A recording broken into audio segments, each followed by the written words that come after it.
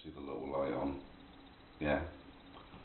Right then, we tried the video clip earlier, but we tried it on the phone and it didn't work. It ended up in 3 bits.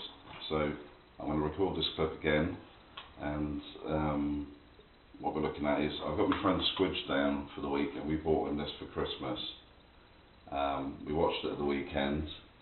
We bought it for him because he's a big fan of the first Elvira movie that came out in the 80s. For those unfamiliar with Elvira, you shouldn't probably be using my site. It means you've got something lacking in your filmic knowledge there. But she was kind of a spoof character, big tits, boobs, black outfit, very gothic, big wig, almost like Fielding Lady's character in Carry On Screaming.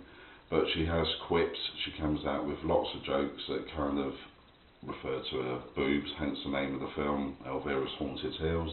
Little play on words there. So it's all very camp, carry-on humour.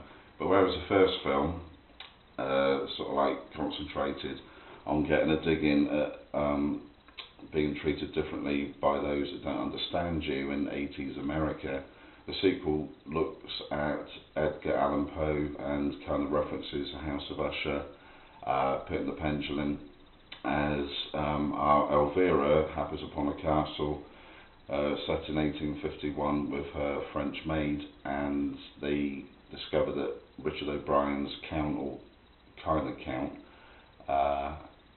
used to have a partner that looked like her. There's a lot of stuff going on, lots of double crossings, this, that and the other, but it's all kind of delivered in a way that's probably more deadpan and slow than my delivery of this. So you end up an hour and a half later thinking, well, they tried hard and they all put their best efforts in, but I think next time I'll probably just stick the original on from the 80s instead. It's nice to see Elvira again. I just hope next time she does anything, she gets a better director, someone that knows how to pace things a little better. The film came out in 2001, so I'm a bit late in getting around to see it, but really there's no hurry, is there? And you can buy it from Amazon.com or any of the other sites that are probably listed on this side and this side of the page.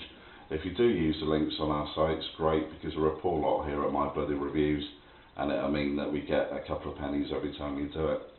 And in terms of like doing what Elvira did here and flogging a dead horse, I'm going to do that quickly for my book before the clip ends.